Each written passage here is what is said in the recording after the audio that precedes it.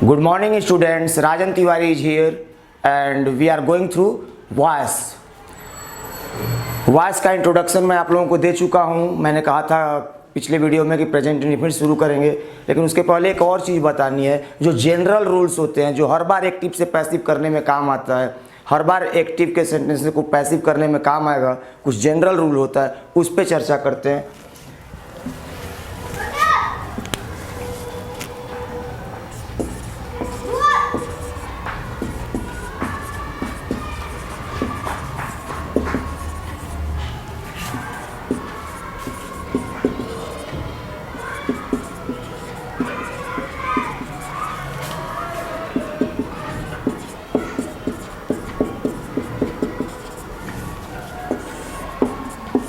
तो आज का जो शीर्षक है हम लोगों का वो क्या है, टॉपिक जो है वो कैप्शन क्या है, rules for changing active sentences into passive. ये कुछ ऐसे रूल्स हैं जो हर बार हमारे काम आते हैं। पहला रूल क्या होता है,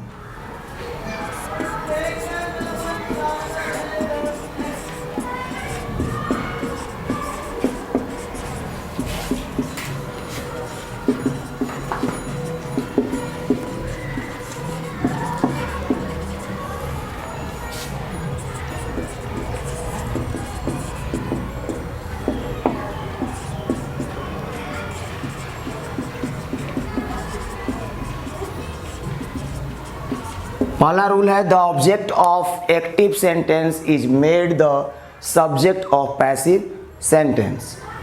एक्टिव सेंटेंस का, एक्टिव वॉइस में जो वाक्य है उसके ऑब्जेक्ट को हम पैसिव सेंटेंस का सब्जेक्ट बनाते हैं। सेकेंड रूल,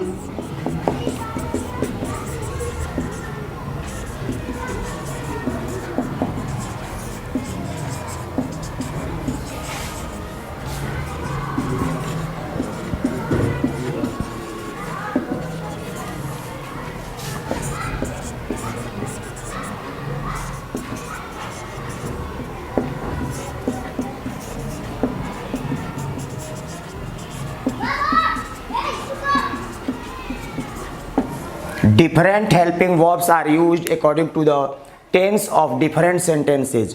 अलग अलग टेंस के वाक्यों को हम लोग पैसिव कर सकते हैं, तो उसके हिसाब से पैसिव में जो हेल्पिंग वर्ब होगा वो बदलेगा।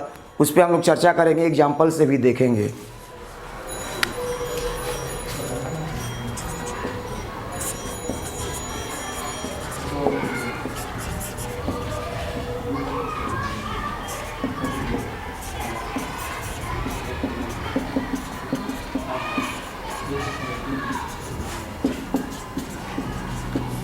जो मेन वर्ब है वो अपने थर्ड फॉर्म में इस्तेमाल किया जाएगा, जो मुख्य क्रिया है वो अपने थर्ड फॉर्म में इस्तेमाल की जाएगी। थर्ड रूल था। चौथा रूल ये है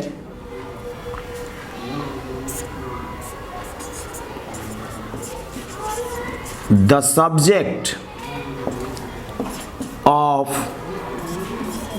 active sentence is made the doer agent, doer काम करने वाला, कल भी मैंने चर्चा की थी।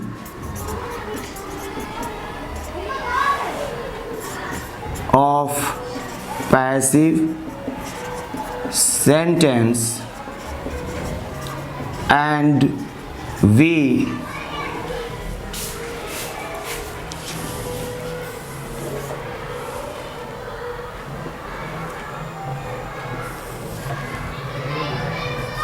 put by before it। मतलब जो सब्जेक्ट होता है, ऑब्जेक्ट को सब्जेक्ट बना दिया, जो सब्जेक्ट है उसको डूअर बना दिया पैसिव में, और उसके पहले क्या लगा दिया, बाई लगा दिया। बाई प्रीपोजिशन अक्सर पैसिव में इस्तेमाल होता है, हर बार तो नहीं कह सकते, क्योंकि कुछ स्पेशल क्रियाएं होती हैं, कुछ खास क्रियाएं होती हैं जो अपने बाद कुछ दूसरा प्रीपोजिशन भी लेती हैं पैसिव में। वो सब स्पेशल रूल्स में हम लोग चर्चा करेंगे, लेकिन ज़्यादातर बार बाई होता है। इसको हम लोग ये भी समझ सकते हैं कि मुख्य क्रिया के बाद बाई लगा दिया और फिर सब्जेक्ट को क्या किया, डूअर बना के रख दिया। ये रूल होता है। मैं एग्जाम्पल दे के बता रहा हूँ, बस थोड़ा सा मौका दीजिए। पांचवा रूल हम चलेंगे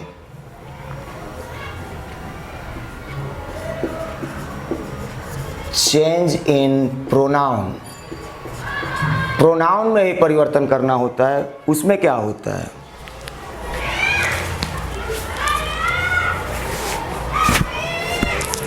उसमें ये होता है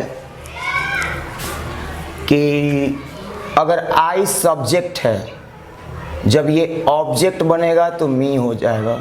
मीन्स आई जब डूअर बनेगा तो मी हो जाएगा, और मी इधर आएगा ऑब्जेक्ट से तो क्या हो जाएगा, आई हो जाएगा। वी डूअर बना तो अस हुआ, अस सब्जेक्ट बना तो we. You subjective case objective case दोनों में एक ही होता है।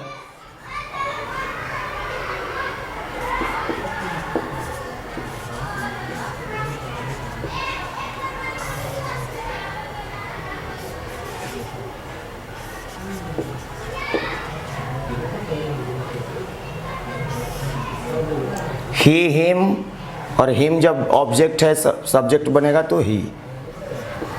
सी हर में बदलेगा, हर सी में बदलेगा, और इट भी सब्जेक्टिव ऑब्जेक्टिव एक होता है। तो इस तरह से प्रोनाउंस का परिवर्तन भी हम लोगों को करना पड़ता है। मैं प्रेजेंट इंडेफिनिट का रूल शुरू करने से पहले आपको यहाँ पे एक छोटे से एग्जाम्पल के माध्यम से ये सारा रूल समझा रहा हूँ। एग्जाम्पल मान लीजिए एक्टिव का सेंटेंस है, ही चीट्स मी। V5 है, इसका मतलब ये है कि प्रेजेंट इंडेफिनिट चल रहा है, प्रेजेंट इंडेफिनिट का पैसिव। तो पहला रूल क्या कर रहा है, जो ऑब्जेक्ट है उसको सब्जेक्ट बनाना है। इसका मतलब मी जब इधर आएगा, लेफ्ट में आएगा तो क्या हो गया, आई हो गया।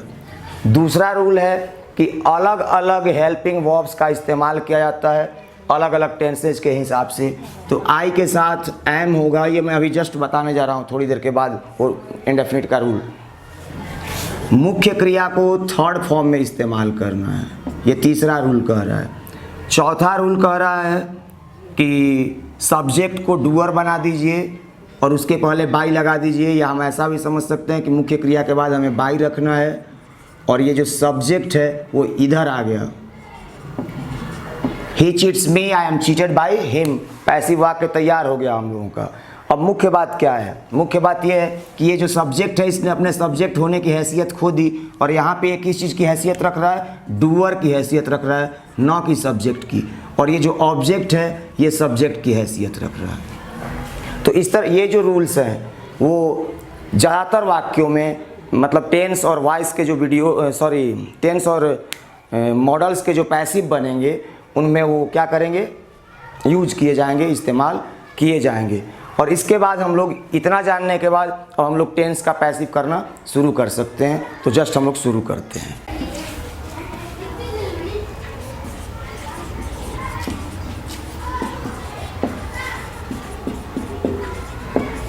प्रेजेंट इंडेफिनिट टेंस मैं आप लोगों को पढ़ा चुका हूँ, अब हम लोग उसका पैसिव देख रहे हैं। अफर्मेटिव सेंटेंस के लिए, मीन्स प्रेजेंट इंडेफिनिट के एक्टिव के अफर्मेटिव सेंटेंस को पैसिव करने के लिए जो रूल होगा वो क्या होगा, सबसे पहले सब्जेक्ट होगा। ये सब्जेक्ट होता कौन है, जो ऑब्जेक्ट ऑफ एक्टिव, जो मैंने आपको पिछले रूल में बताया। उसके बाद यहाँ पे हमें इज एम आर लेना होता है। उसके बाद क्रिया थर्ड फॉर्म में पिछले रूल में बताया जा चुका है, बाई रखना होता है। उसके बाद डूअर रखना होता है। ये डूअर कौन होता है, सब्जेक्ट ऑफ एक्टिव। तो ये तो अंग्रेजी में वाक्य लिखा रहेगा, उसको पैसिव करने का तरीका हुआ। इसके अलावा मैं आपको हिंदी इंग्लिश पैटर्न के साथ भी ले चलूँगा, क्योंकि 12 के एग्जामिनेशंस में उस तरह के ट्रांसलेशन चले आते हैं कभी कभी का क्या वो कई बार आते हैं। मैं एग्जांपल जब दूंगा तो आप लोगों को क्लियर होगा। और इसके अलावा जैसे हम लोग स्पोकन की अगर बात करते हैं तो मेरा मानना ऐसा है कि हिंदी इंग्लिश ट्रांसलेशन पैटर्न जो है वो इंग्लिश लिखने में, इंग्लिश बोलने में स्टूडेंट्स की बहुत ज़्यादा मदद करती है। अगर हम लोग इस पैटर्न पे कमांड कर लें तो हम लोग इंग्लिश लिखना और बोलना सुधार सकते हैं, क्योंकि हम लोग हिंदी में ही सोचते हैं, हम लोग हिंदुस्तानी हिंदी में ही सोचते हैं। ऐसा माहौल विकसित नहीं कर सकते कि सारा का सारा बस चारों तरफ इंग्लिश इंग्लिश इंग्लिश इंग्लिश, हर जगह ऐसा नहीं हो सकता। तो हिंदी इंग्लिश पैटर्न जो होता है, ग्रामर ट्रांसलेशन पैटर्न जो होता है वो बहुत ज़्यादा हेल्पफुल होता है इंग्लिश लिखना सिखाने में, इंग्लिश बोलना सिखाने में।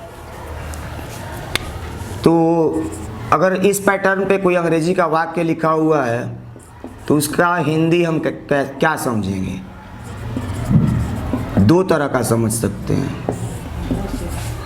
एक समझ सकते हैं कुछ किया जाता है, और दूसरा समझ सकते हैं कर्ता के द्वारा कुछ किया जाता है। ये दो तरह की हिंदी होगी। इंग्लिश वाला पैटर्न का एग्जाम्पल पहले दे रहा हूँ, उसके बाद हिंदी वाले पैटर्न पे भी मैं चर्चा करके आप लोगों को बताऊँगा, आप लोगों को समझाऊँगा, आप लोग समझने का प्रयास करेंगे।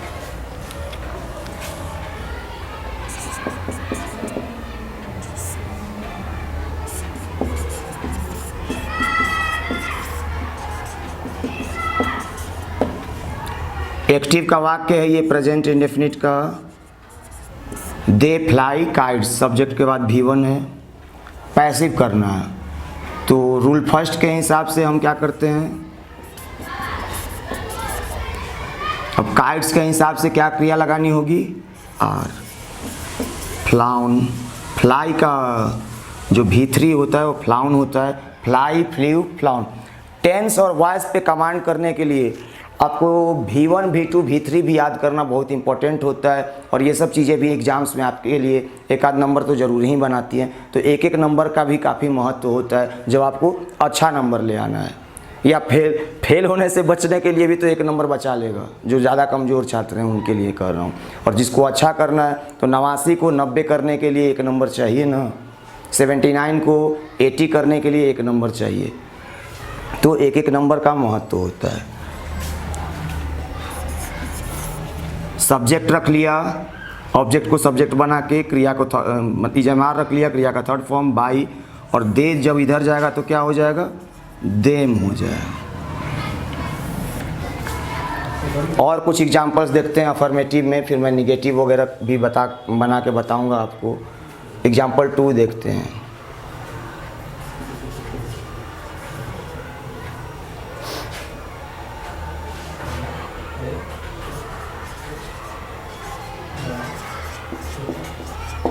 सपोज बॉयज रीड बुक्स, तो books are read by boys, ऐसा फिर से ये डूअर हो गया। रीड का थर्ड फॉर्म भी वही होता है।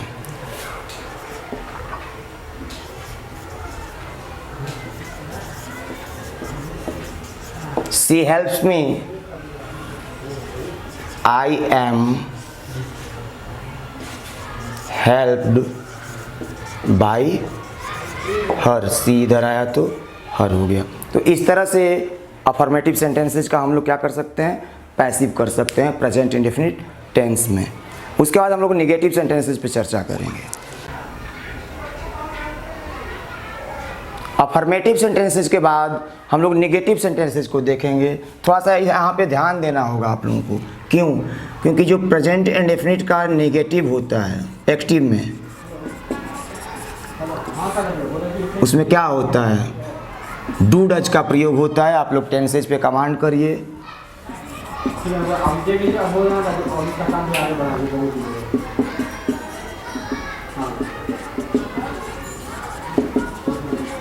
He does not speak English, ये एक्टिव का सेंटेंस हुआ निगेटिव में प्रेजेंट इंडेफिनिट।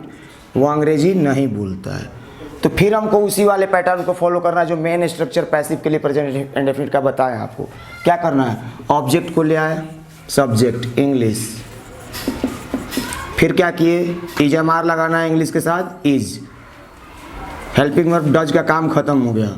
फिर उसके बाद क्या किए, इधर डज के बाद नॉट था, इधर इज के बाद नॉट, स्पोकन बाय हिम। एक और एग्जाम्पल मान लीजिए, देख लीजिए, I do not cut trees, ले आया ट्रीज को इधर, trees are not cut by me. तो ये ऑब्जेक्ट को सब्जेक्ट बनाने का काम हर बार होगा, सब्जेक्ट को डूअर बनाने का काम हर बार होगा, सहायक क्रियाएं बदलेंगी, V3 हमेशा चलेगा पैसिव में, ज़्यादातर बार चलेगा, है ना। कम से कम टेंस और मॉडल्स में तो ज़रूर चलेगा, और भी कुछ स्पेशल स्ट्रक्चर्स वाले पैटर्न्स भी बताए जाएंगे उनमें। उसके बाद मैं आप लोगों को इंट्रोगेटिव का भी एग्जाम्पल बना के बता देता हूँ, यस नो इंट्रोगेटिव का।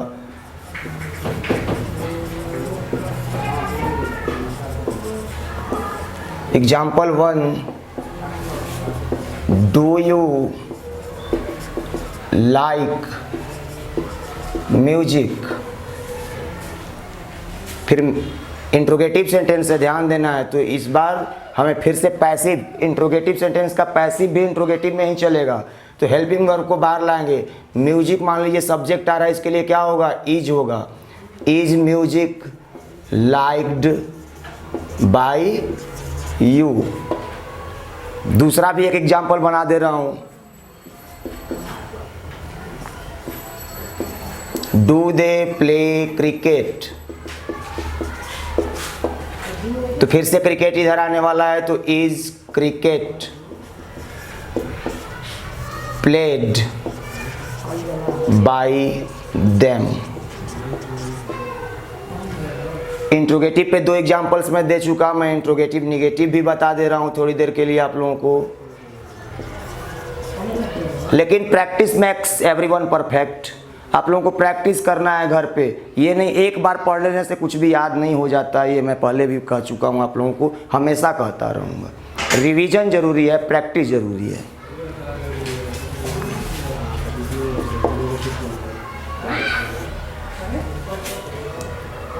Example 1,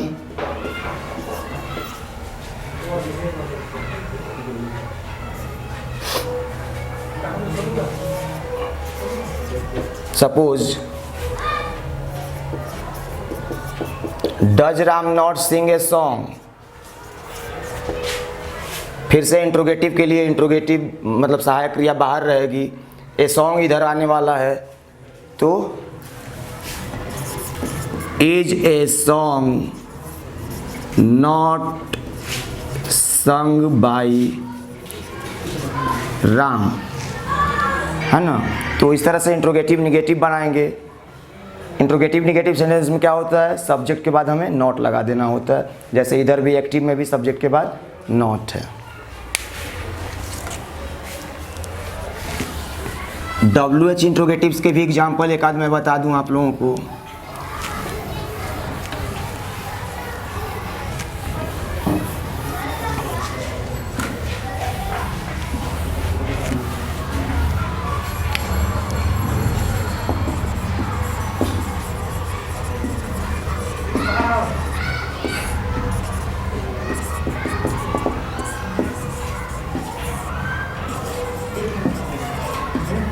Why do you abuse him? क्यों गाली देते हो उसे? पैसिव करेंगे तो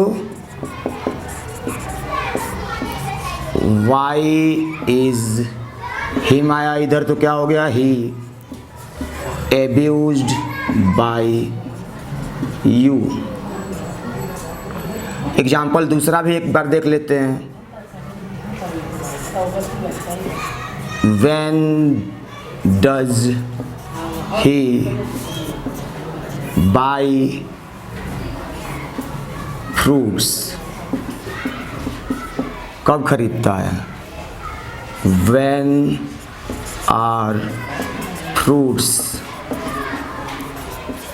bought बाई हिम। इस तरह से WH इंट्रोगेटिव हो गया। और अंतिम बार मतलब आप लोगों को टेंस के दौरान ही मैंने बताया हुआ है कि अफर्मेटिव सेंटेंसेस को हम लोग क्या कर सकते हैं, निगेटिव में, फिर इंट्रोगेटिव में, इंट्रोगेटिव निगेटिव में, WH इंट्रोगेटिव में और WH इंट्रोगेटिव निगेटिव में बदल सकते हैं। तो अंतिम बार जो एग्जाम्पल होगा वो WH इंट्रोगेटिव निगेटिव के लिए होगा, जब वाई व्हेन व्हाट वेयर के साथ वो सेंटेंस में क्या आ जाता है, नॉट भी चला आता है। Example first, why do you not keep your promise. आप अपना वादा क्यों नहीं निभाते हैं। इस बार ऑब्जेक्ट क्या है, क्या नहीं निभाते हैं, योर प्रॉमिस। पैसिव हुआ तो why is your promise not kept by you. अगर मैंने जो हिंदी में पहचान बताई प्रेजेंट इंडेफिनिट मेन स्ट्रक्चर की, उससे हम इसकी हिंदी समझ सकते हैं। आपके द्वारा अपना वादा क्यों नहीं निभाया जाता है, सब्जेक्ट के द्वारा कुछ क्यों नहीं किया जाता है। अंतिम बार एक और एग्जाम्पल दे देता हूँ।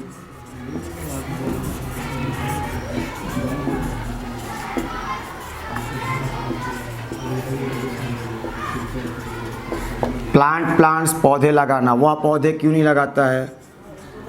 Y are plants not planted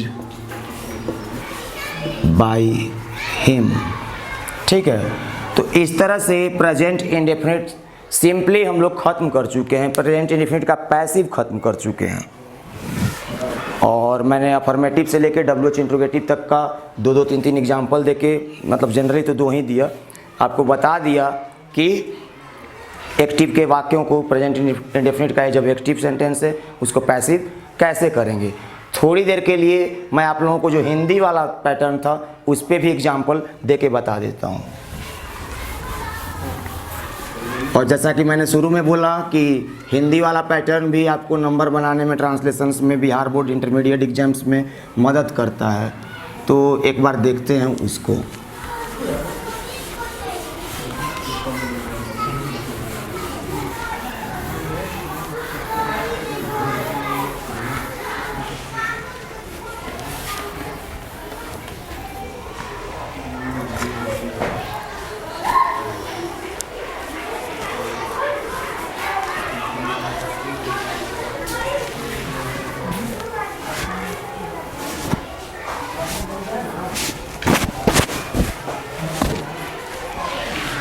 तो हिंदी वाला पैटर्न कुछ किया जाता है। एग्जाम्पल फर्स्ट हम लोग मान सकते हैं, बिहार में भोजपुरी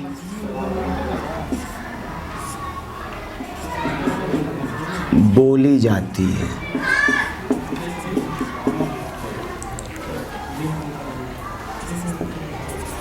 ये वाला सेंटेंस कई बार आ जाता है एग्ज़ाम, वो जो इंटरमीडिएट एग्ज़ाम्स की मैं चर्चा, होली वसंत में मनाई जाती है।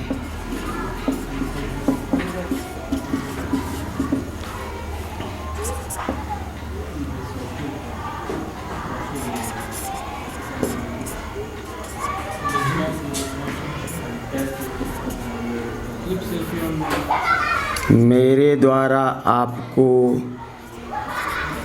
पढ़ाया जाता है।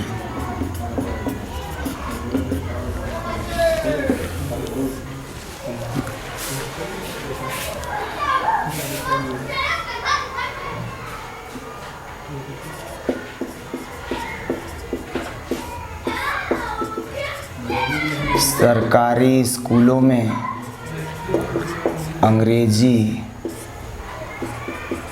नहीं पढ़ाई जाती है।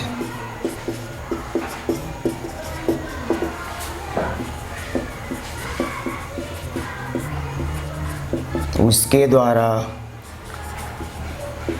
झूठे बहाने बनाए जाते हैं। तो हिंदी वाक्य की दो पहचान बताई गई आपको। कुछ किया जाता है, क्या किया जाता है? भोजपुरी बोली जाती है। कुछ किया जाता है, क्या किया जाता है? होली मनाई जाती है। और पहचान बताई गई, कर्ता के द्वारा, मेरे द्वारा कुछ किया जाता है, क्या किया जाता है? आपको पढ़ाया जाता है। तो कुछ किया जाता है तो नेगेटिव गया, तो कुछ नहीं किया जाता है। सरकारी स्कूलों में अंग्रेजी नहीं पढ़ाई जाती है, अंग्रेजी नहीं पढ़ाई जाती है, कुछ नहीं किया जाता है। सब्जेक्ट के द्वारा कुछ किया जाता है, उसके द्वारा कुछ किया जाता है, कर्ता के द्वारा, उसके द्वारा झूठे बहाने बनाए जाते हैं। तो वही प्रेजेंट इंडेफिनिट का जो पैसिव वाला सेंटेंस है, स्ट्रक्चर है, उसी पैटर्न पे हम लोग इसका ट्रांसलेशन कर सकते हैं। कैसे? अब सब्जेक्ट क्या हुआ, क्या बोला जाता है? Bhojpuri. Bhojpuri is spoken in Bihar, Bihar में। होली वसंत में मनाई जाती है। Subject is MR V3। By नहीं लगा क्योंकि इस वाक्य में वो द्वारा वगैरह नहीं है, कुछ भी ऐसा काम करने वाला मौजूद नहीं है, डूअर मौजूद नहीं है। Holi is celebrated in spring, वसंत में। और इसके बाद मेरे द्वारा आपको पढ़ाया जाता है।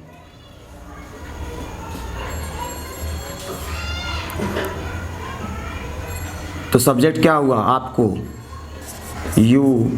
किसे पढ़ाया जाता है? आपको पढ़ाया जाता है, आप सब्जेक्ट हो गए। यू आर टॉट बाई मी। अब यहाँ पे बाई मी इसलिए आया क्योंकि काम करने वाला मौजूद है, डूअर मौजूद है। स्ट्रक्चर के हिसाब से पूरा का पूरा स्ट्रक्चर फॉलो हो रहा है। Subject is MR V3 by doer, present indefinite passive का सारा स्ट्रक्चर फॉलो हो रहा है। क्या नहीं पढ़ाया जाता है? अंग्रेजी, English is not taught in government. बहुत सारे स्टूडेंट्स एन गायब कर देते हैं, जो जनरल स्टूडेंट्स हैं। Government, government, government, government, govern मतलब शासन करना, और गवर्नमेंट, गवर्न में जब मेंट लग जाता है दैट इज सरकार या सरकारी। Government, in government schools. उसके द्वारा झूठे बहाने बनाए जाते हैं। क्या बनाए जाते हैं? झूठे बहाने। झूठे बहाने बोलते हैं अंग्रेजी में lame excuses. Are made, make lame excuses, झूठे बहाने बनाना। आप लोग अंग्रेजी वर्ड मीनिंग्स भी याद करते रहेंगे, जो आप लोगों को बताई सिखाई जा रही हैं। Lame excuses are made by him या हर, क्योंकि हिंदी वाक्य से ये स्पष्ट नहीं हो रहा है कि बहाने बनाने वाला लड़की है या लड़का है। तो इस तरह से मैं आप लोगों को प्रेजेंट इंडेफिनिट पैसिव बता चुका हूँ। मतलब केवल अंग्रेजी एक्टिव का पैसिव ही नहीं, मैंने हिंदी में भी वाक्य बना के बताया कि कैसे हम लोग इस्तेमाल कर सकते हैं प्रेजेंट इंडेफिनिट टेंस को। तो मैं समझता हूँ कि आज के वीडियो के लिए ये काफ़ी है। आज वाले वीडियो को आप लोग प्रैक्टिस करिए, देखिए, समझने का प्रयास करिए। कुछ प्रॉब्लम है तो कमेंट्स में बताइए, और please subscribe our channel so that it can be helpful for you, for your community, for improving their knowledge regarding every subject। Means English भी मिल रहा है आपको, मैथमेटिक्स मिल रहा है, GK GS मिल रहा है इस चैनल पे।